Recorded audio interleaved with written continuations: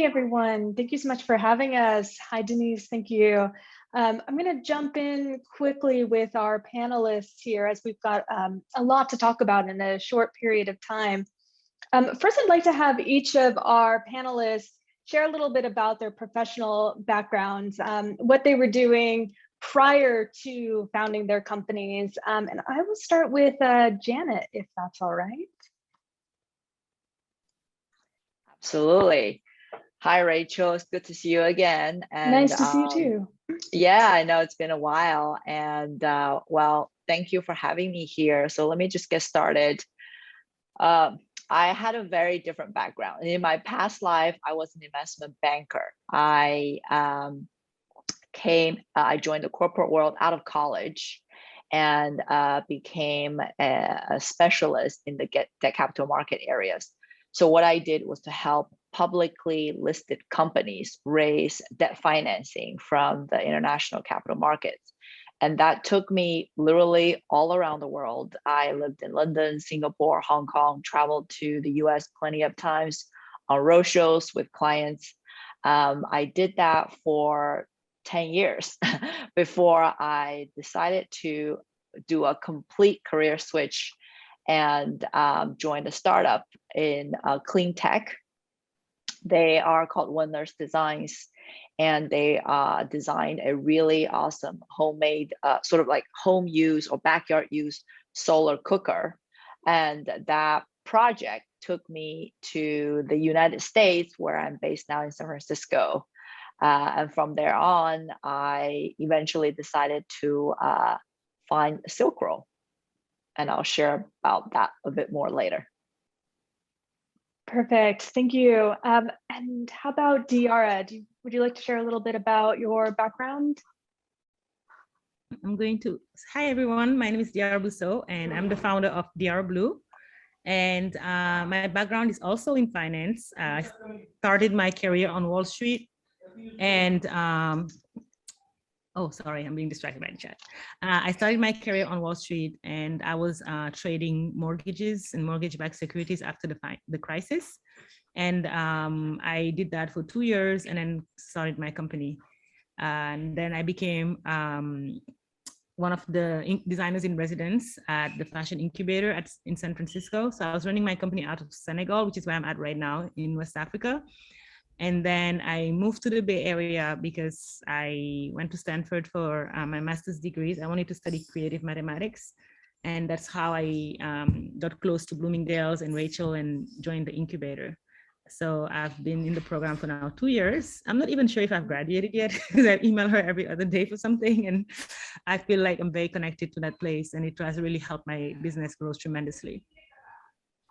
Perfect, thank you, Diarra. And finally, Allie, can you share a little bit about your professional background?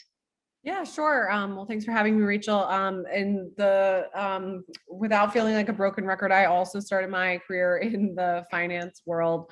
First in investment banking, then in private equity, actually investing in beauty and apparel and other types of consumer retail businesses, which is actually where I sort of really saw my passion and my true like purpose, I guess, being on the other side of the table, as I like to say, and being, building brands and creating things rather than just being an advisor.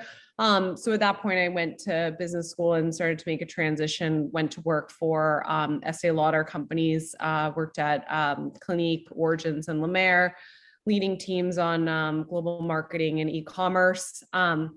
From there, then I went to the fashion world. So I've kind of been all over the place and was the CEO of Cynthia Rowley, the New York fashion brand, helping her really build out direct consumer business within, what was a traditional sort of wholesale model.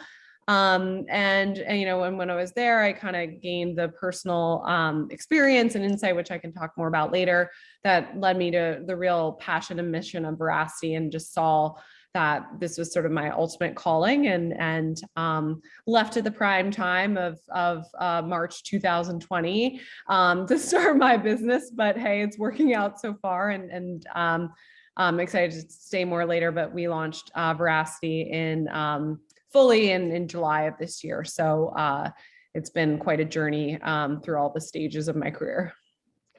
Let's keep going with that thought. Tell us a little bit more about Veracity, what the company is focused on, and what makes it a unique skincare line. Sure. So Veracity is really a whole health approach to skincare and broader wellness by saying like, you're not like a skin type, or, we've all gone through this like trial and error game, where what really matters is your own personal health. Your skin is your largest organ in your body. And so we have created is the first ever at-home test, which tells you what's really going on in your body and how it's affecting your skin. And it does that by testing your hormones. So it's a super easy at-home saliva test. You spit in a tube, you mail it back.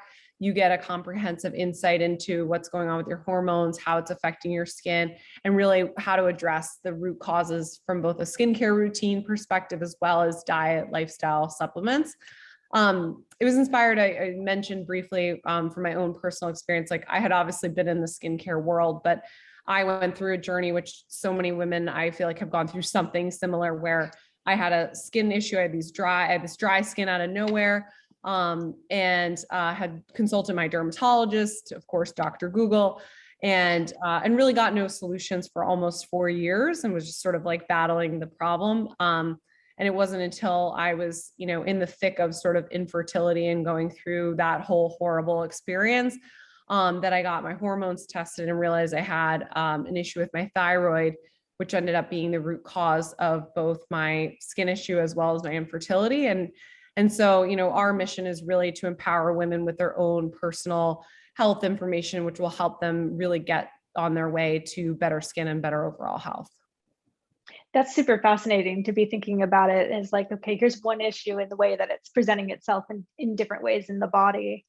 I'm going to move over to Janet. If you can just share a little bit about SilkRoll, how you founded it, and what is the missions of your company? Oh, it looks like you are muted. Sorry about that. No worries. SilkRoll, SilkRoll is a points-based exchange for women to trade fashion value for value while connecting with style mates. And our core mission is to provide the best exchange network that allows women to shop better. And when I say better, I mean more sustainably, easily be able to discover high quality fashion, high quality brands, while saving them a ton of time and money. So the company was inspired from my personal journey through my multiple transitions as a banker living all over the world, then to becoming joining the startup world and moving from Hong Kong to San Francisco, where the entire climate, vibe, fashion style changed. I came out here, realized 90% of my closet became obsolete, and thought that there has to be a better way for me to purge on this. I didn't want to do consignment or any of these, eBay, Poshmark, what have you, because that was just taking a lot of time. And as a busy professional, time really matters. So I created SilkRoll to help women like myself to be able to, purge their closet and then trade with other women by earning points that actually reflects the value of their pieces. So as a customer, you can come on SilkRoll.com and literally request a trading kit and send all of your items to us.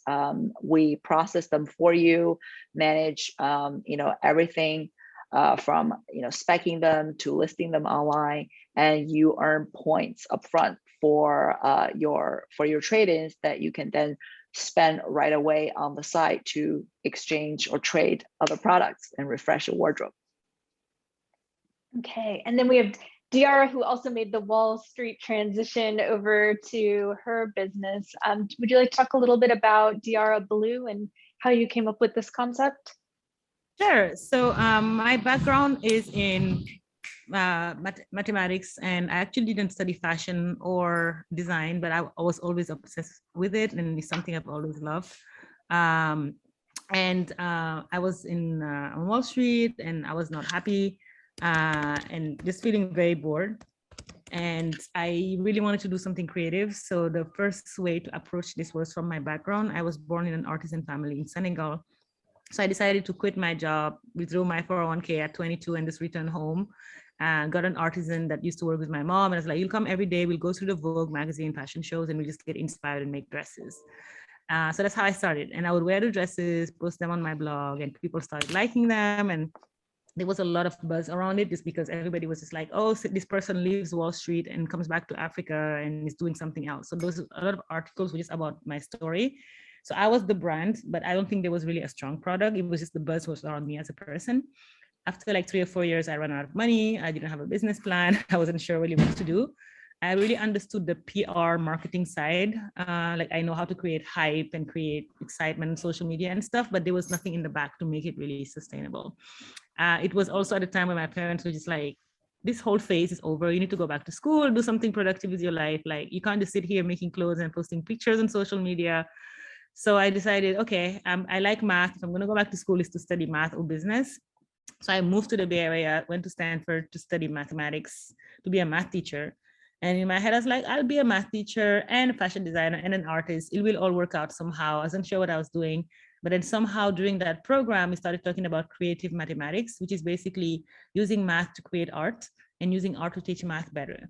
And that was like the aha moment for me. I started using equations and algorithms to create prints, the fashion prints for our collections, and generating digital designs for everything I wanted to make without anyone, like any waste being created. So I would create these things on the computer, run them via Instagram and get people to vote.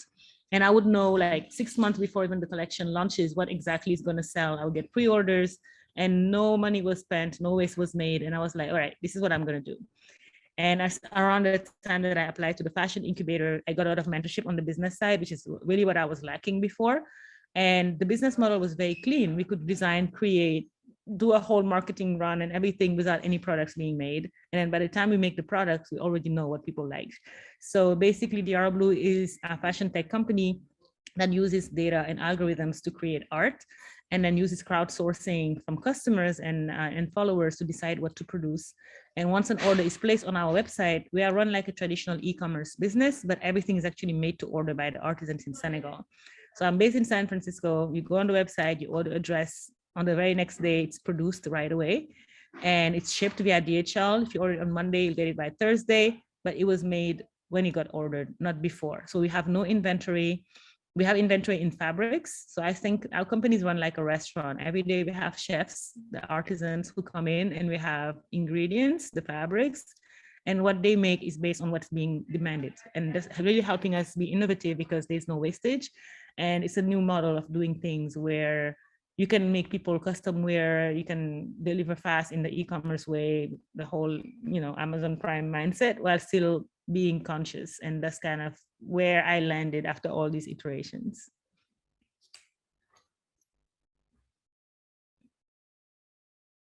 Sorry, let me unmute myself here. I love this, and I love what I'm hearing from each one of you is talking about these unique ways that you're connecting with your customers. And one of the things that was mentioned from Janet was this style mates. And so I was wondering, Janet, if you could tell us a little bit about how the style mate program works, how they're finding each other, and how you're generally helping members of SilkRoll find secondhand clothing from other users. Yeah, so the style made feature on the website is inspired by the old school like clothes swap. I don't know if any of you guys have attended one of these before, where you show up with a bunch of your clothes and there will be 10 other people in the room, and everybody will put their clothes together, and you will sort of like pick from other people's clothes to see if there's anything you like. Now, the problem I've always experienced with those clothes swap is that out of the 10 people, maybe only 2 people are my size or 3 people are my size. And then out of those, maybe only 1 or 2 are like kind of my style. So even though there's like a big group of people there, but I could only end up picking from, 1 or 2 people's, items. So I thought, okay, why don't we replicate this? But it will be much easier online because we have a much bigger pool of people, of customers trading on SilkRoll, right? Instead of 10 people, we have thousands of people online trading, swapping clothes. And we created a sort of little questionnaire as you onboard that identifies what's your style, what's your size, and what are some of your favorite brands to shop from. And with that, you get connected to other customers on the site who have similar profiles as you.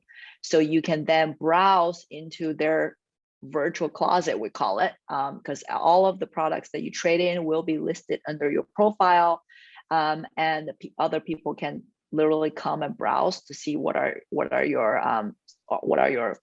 your closet look like, and then every item as you browse through the site, always at the bottom of each page, we say who this item is from. So some people can discover style mates as they're browsing products online and finding an item they really like. Then they can click into that person's virtual closet and see, oh, if this is my style mate. If so, you can also follow each other to get notifications as more products from that person gets traded in. Got it. And now, Allie, you also have this, what I would say like a matching program basically with your products. So they're doing the testing. Tell us more about the customer journey. What happens after they use the test kit, and how do you continue the relationship with your customers after that?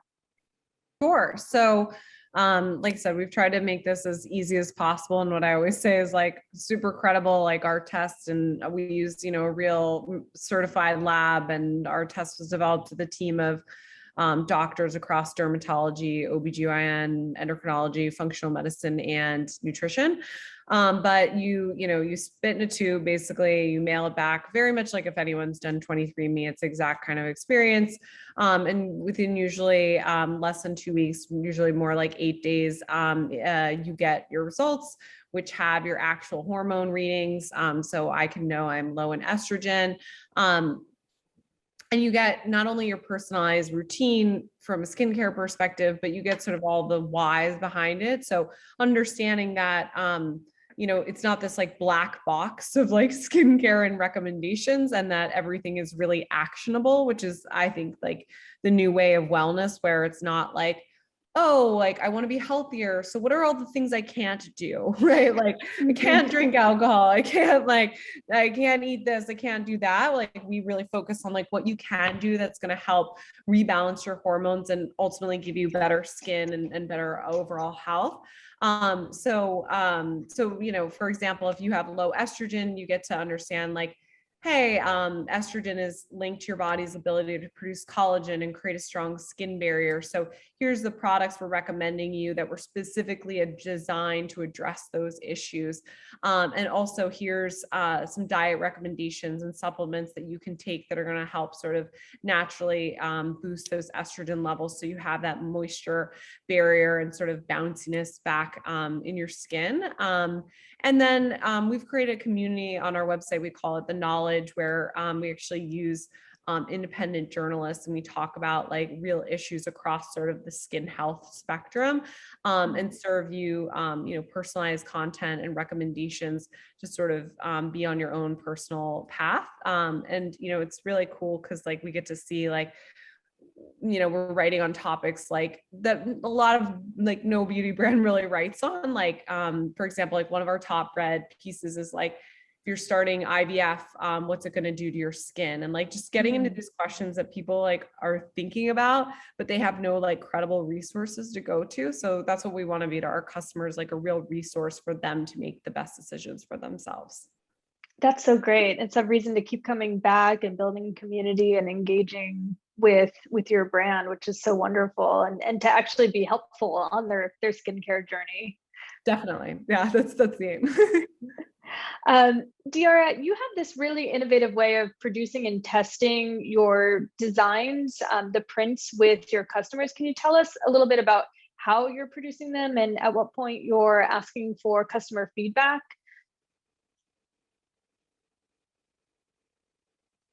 Oh, looks like you are muted. So basically I start with the color story. So like I'll be like, okay, it's spring. Our color story is, I don't know, the trip to Morocco. So I'm really like, okay, these are the colors I want to use. I'm going to use rust, orange, blue, and I'm going to generate prints with those colors. So I could either use the geometric, like writing equations that create flowers and then applying those colors to the flowers. I can just hand paint them and then use equation to transform those paintings. But the cool thing is that I can generate lots of patterns for the prints themselves. And then I'll use social media to apply them on ghost images. So like I have all our designs in like a floating white ghost image of it. And then we can apply these different colors and prints. And then we run votes. So I'll be like, whenever we do votes, it's like everybody's engaged because everyone is curious to know what's coming next. So we'll have this one dress and then we'll apply to it maybe 15 different prints. And for each version, we'll put it on and the question says something like, would you buy this? And then people vote yes, no. So we can quickly see, I mean, I'll go from like 50 design to my top 15. And then from the top 15, I'll go to my top 3. And you can quickly see what people don't like they are very unapologetic about voting no. And I'll always have a comment box, like the Instagram type question. And then people will be super specific, like this print is overdone. You've done it too many times. Or this color is still 2008. Like people are so honest and I love it. So like we go through all of that data. And within a weekend, we already know the top 3 prints that we're going to do. And then we go and print them on demand. So I'll always start with like, okay, I know that based on the votes, I'm going to start with 100 or 300 yards of this one and 200 or 300 yards. And then we'll print them on demand, digitally printed, which is more sustainable. And then by the time the collection launch in actual spring, we've only made one of each for the photo shoot. So nothing has been made. We have our prints that we feel comfortable with the data that they are going to do well. And the fun things is that, let's say a certain print is only, we design it in a pant, a dress, a top. If the pant doesn't do well, it's fine because we never really made the pant. So we can just allocate that fabric to more dresses if the dresses are doing better.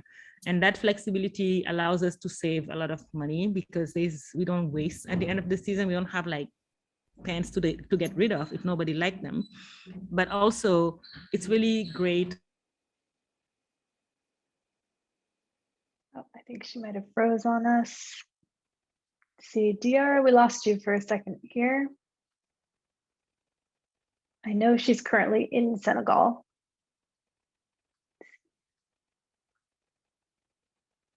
All right. Perils of Zoom. Yes, this is the thing. It's wonderful that she could join us from Senegal, but at the same time, we're all not in the same room together. But you know, on this topic, we've all been trying to connect online basically exclusively for the last year and a half, and so I want to go back to you, Allie, for a minute, because you were just talking about these articles that you're producing so customers are able to educate themselves, to know that there's a safe place for them to have these discussions. What are some of your favorite ways to connect with your customers online? Yeah, I would say the 2 that come to mind. I mean, like for us, Instagram is definitely like our biggest channel. We're definitely starting to explore other, sort of social community-based channels as well. But I think what we've, what we like to connect with our customers on are just like these general moments, like I call them like hormonal moments, like that. Like just literally every woman has felt one thing or another and can just relate to. And like what we're, trying to really offer is like this ability to like get answers to these questions and not just be told like, oh, it's just hormones, or take a birth control pill, or deal with the pain, or whatever, whether that's like skin issues or period issues or brain fog or whatever. Like, so we found like a lot of connection and community when we kind of like both funny and serious when we post these sort of like symptom related things that people can just be like, oh my God, that's me. Like, and so I think that's fun. And then the best way to do that too is through like real women's stories. So whether that's customers or influencers and a combination of both, is what we do, is like having real women sort of share their experience. And like, honestly, me as a founder, like I came from the world of finance, like everyone else, like I was not like a sharing type. So it's been a journey for me in a good way of being like, wow, like once I share like the reaction and comments and like things I've got, like, so when we first launched the brand, I shared like pretty details on like my journey with infertility and what that meant and how that led to like the founding of the brand. Cause I thought it was important like that that A, explain it, where this came from, and then B, like said, like, look, I went through this whole trial and error, just like arduous process over years to try to figure out what was going on in my body. And like, I just think by opening up and sharing, we can like save ourselves so much time and energy and everything else. And so, so yeah, I guess that's the other way we try to connect, is just, you know, sharing real stories of people across issues, whether they're like big ones or kind of seemingly small, but they're, you know, important at the time. That reminds me of there's this book that's called I'll Share and I'll Go First. And it's this kind of idea of like, if you're vulnerable and telling your story, you'll learn a lot more about the other person on the other side of the table from you. Diarra, I'm going to go back to you because we lost you for a minute there. Can you tell us a little bit more? So you were just talking about how you're putting these prints on social media. People are giving you very honest feedback. They like this color, this pattern. Can you tell us a little bit more about how you're connecting with your community members? Yeah, I think for me, it's important that they feel that they matter. So like, for example, the votes and the polls is when they give their voice and we actually make decisions based on it. So by the time the collection comes out, customers are like, oh my God, I voted for this one, or this should have my name because I liked it so much. And like, they feel like it has to do with them. And the fact that I share with them so much of my process, I think there's a sense of like, oh my God, she cares about us, we matter. Like I ask them exactly, what do you like me to design? What size do you want it to be? What kind of sleeves do you want? Like sometimes it's almost like too much information because I don't know what to do with it. But just anytime I do a poll or Q&A is where we get the most views. Like that week, that would be like our stories views are like 7x higher than usual. Like people, and I just go in the feed and I'm like, hey, I'm back. Please head over to stories to help me. And they all go in there and it's so specific. So I think for me, that engagement where it's like both ways, it's not just me blasting them with information all the time, but it's me taking their information. And then I tell them what I do with it. So like I'll share on our blog, on the newsletter, this is what you've given me as information last season. This is what I did with it. And this is how it helped us. Like you helped us save this much, you helped us generate this much less waste. And they feel empowered and they all know it, like it's kind of part of the brand. And when they talk about us on their own pages, they mention it. Like I'll see it in the caption saying, this is an inclusive brand that takes into account customers' views. And that makes me very happy because to me, that's not a marketing ploy. Like I genuinely care about what they have to say. And that's what I base my work off. And it's really great for engagement. Now, Janet, for you, you're having people send in the products, you're curating it. It's a little bit different than the Poshmark style where people are selling their own clothing and answering questions. But how are you finding ways to interact with your community, and what seems to be the favorites in the last year and a half for connection opportunities? Yeah, well, first of all, I gotta say I resonated more with Allie in that I was never really like a social media type of person, and I actually need to pick probably Diarra's brains more on that. But at the end of the day, social media is important, and we also relied, I gotta say, on Facebook and Instagram, especially over the last year and a half, to find community and interact with our customers.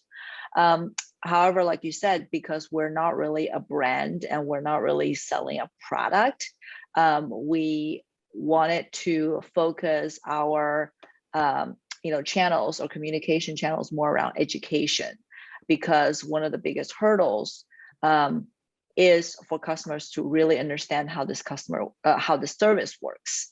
And there's, we get a lot of questions around, oh, how does this points work? How many points would I get? All of this kind of things that comes, with sort of with the package. So we did a lot of little snippets of education. So we did a blog. We did run a blog about, just explaining the service, comparing our service with other services. And last year during the pandemic, I decided to do a little interview series because I thought wouldn't it be great if people actually heard firsthand from customers of how SilkRoll works versus me telling them how SilkRoll works? So we did an email blast, got a whole bunch of our regular customers to respond. I was really happy about that. They were willing to participate in this interview. So because so many of our customers are like regulars, and some of them have used us for like years, actually ever since inception, and they're still around, they know SilkRoll as much as I did, I felt like. So we did, so we posted YouTube videos of these interviews and also turned them into IGTV and posted on Instagram.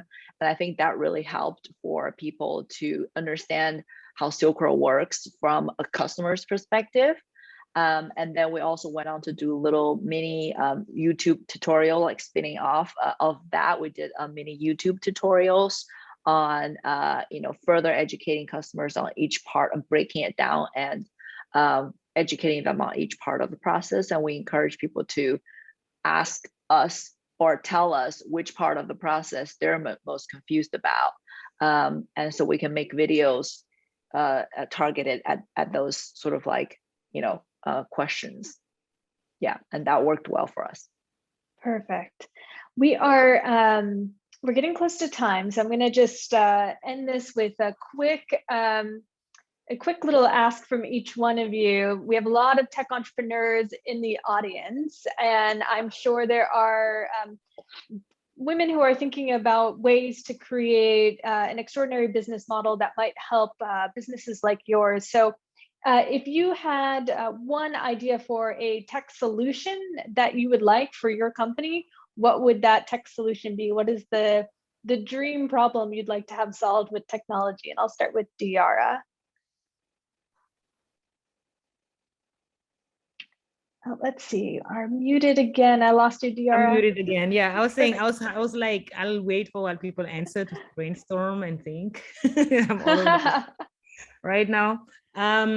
I think it would be great to have a logistics tool that helps you. I mean, I do a lot of exports and import stuff, and that helps you like very accurately predict customs charges for things, because it's never accurate, but also that can show you all the possible treaties, duty-free treaties that you could possibly benefit from ahead of time, because it's like a black box. The whole export, import, and shipping product thing is so complicated. Each country has regulations, each product category is HTC code, like a place where you could just go in and put in, I'm going to ship lipstick that's made of these materials to this country. And it shows you a list of all the custom treaties you could possibly benefit from if you do the paperwork, or how much you'll pay if you don't use any treaty. Like right now I'm struggling with logistics. So that's the first thing that I can think about. That's a great answer. No, I love that. Allie, what would be your dream technology that would help with your business? I agree with Diarra. Like it's sort of like what's top of mind, but I guess two things that come to mind are one, when there's all these solutions for sort of out of the box, like just basic shopping, like Shopify, obviously, but like, for, I would say like more complex businesses or innovative businesses, those get harder to work with. And like, for our site in particular, we have a headless website. And what I'd love to be able to do is like really iterate on like a sort of UI UX side of things faster. Yeah, I'll just say that would be my dream. Perfect. Thank you. All right. And Janet, final thoughts on dream technology for your business? Yes, I would love an automated or some sort of like customized styling, browsing experience for customers. Because with our service, the challenge as we get bigger and bigger is that there's too many products to choose from, and people have a hard time finding the right things for them. We do have, the default filters and everything, but still with that, we find that it's challenging for people. So I would love some sort of technology, because we have collected, customers' data in terms of what they answer for us in their profile, as well as, what they've purchased and what they've traded in. Based on those data, I would love for a product to be able to spit out what this customer wants, right? What would be this customer's, products that's in her size, in her style, and that fits with body shape. so that when they open up SilkRoll's website, they only get fed this very custom, sort of like feed of products that they would love, instead of having to like click around and find things for themselves. That would be my dream. If anybody's developing a technology like that, let me know. Yes. So attendees in the audience, if you're able to solve any of these solutions, please let us know. And with that, I'll turn it over to Denise. Thank you, panelists, for sharing your wisdom and your experiences with us today.